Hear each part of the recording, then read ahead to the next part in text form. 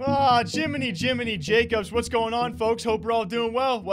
Welcome back to the frickin' show. I told you guys last video when we talked about Censor, I would be back because I feel like a lot of people are probably going to talk about this one. I just want you to sit back, grab your cup of Joe, your cup of Wonka, cup of Rogue, whatever the frick you want to have, hydrate, put it in your hand, and sit back.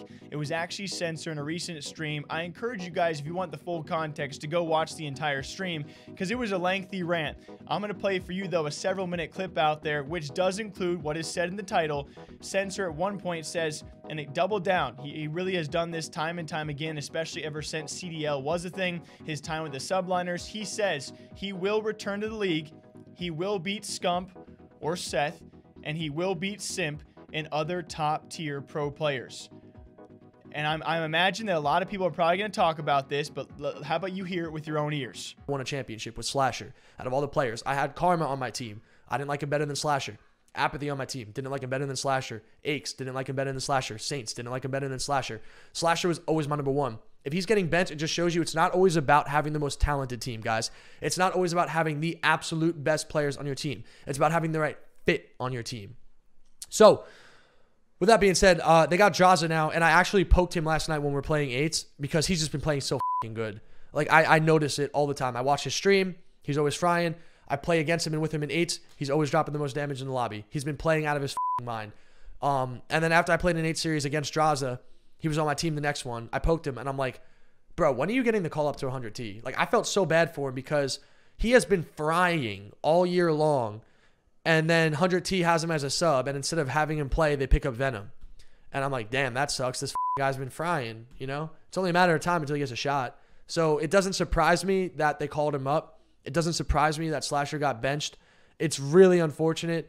When I say it doesn't surprise me, I'm not trying to say, like, Slasher sucks, he needs to get benched, because as you guys know, after what I just said, I think Slasher's the furthest thing from sucking. I think he's, honestly, if I was building a team, aside from, like, Simp and Abizi, Slasher would be the number one guy I'd want. Like, if I want to take down Simp and Abizi in Grand Finals or Champs, the first player I'm hitting up is Slasher. The second player I'm hitting up is Apathy.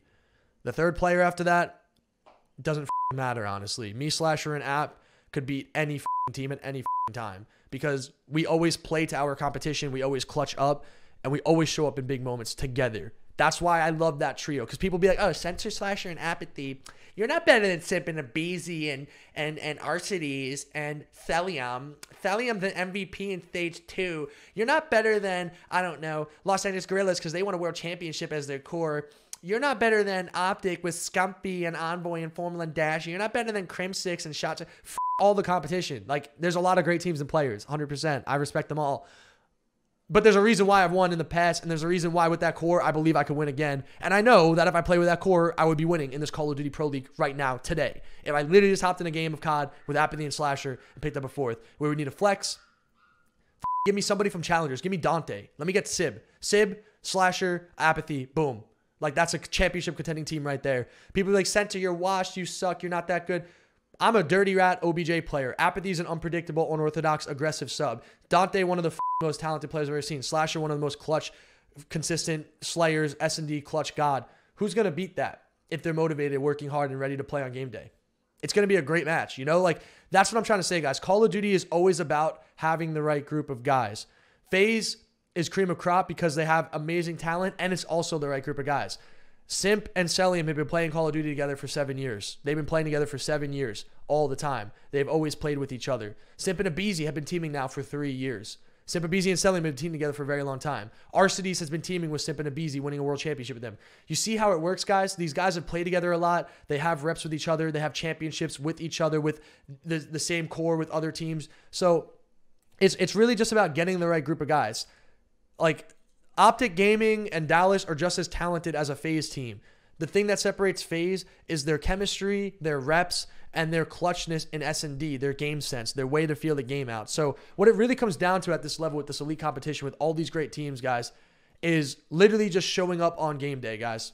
Just showing up and being the best that you could be on that game day. That's what makes this competition so great. So again, if you guys disagree with me, if you think that some of these things that I'm saying is wrong, That's okay, because I'm going to be in the Pro League again, and I'm going to beating your favorite teams. I will be beating the Seth Abner and the Scumpy. I will be beating the Simp and the Abizi. I will be beating New York Subliners if I never join New York again, because I want to be on New York because it's New York. It's my home, and I love the players on that team too.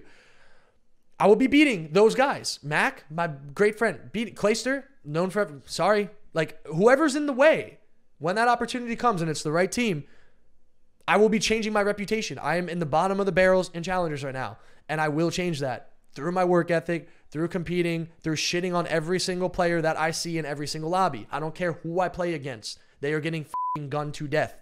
I have the stigma around my name. I am gunning the stigma out of these players' heads. F*** all of this comp. They don't want to win as bad as I do. They don't have what I have. They don't have the skill, the talent, the ability to show up in a big moment, the ability to get the most out of your team. They don't have it. I'm my biggest fan, guys. Nobody's going to be able to believe in me if I don't believe in myself. This is how I feel. This is what I believe in. This is my motivation. This is my dream. This is my goal. And I am going to have nothing get in my way from making me accomplish this goal. So much shit has went wrong this year. I have been playing on 5MS literally since 3 weeks ago. I have been in chalk team situations all year long. I have played on Quad Mexico host in cups on 130 ping. I have played with scrap pickup teams with players who break their wrists and haven't played in a month. I have literally been in horrible situations, and I have never once cried about it. I have never once ranted about it on social media. I have never once made an excuse for it. It is all some fucking bullshit, and I don't give a damn. None of that shit is going to stop me from gunning the fuck out of all of these losers who don't want to win as bad as I want to win, period.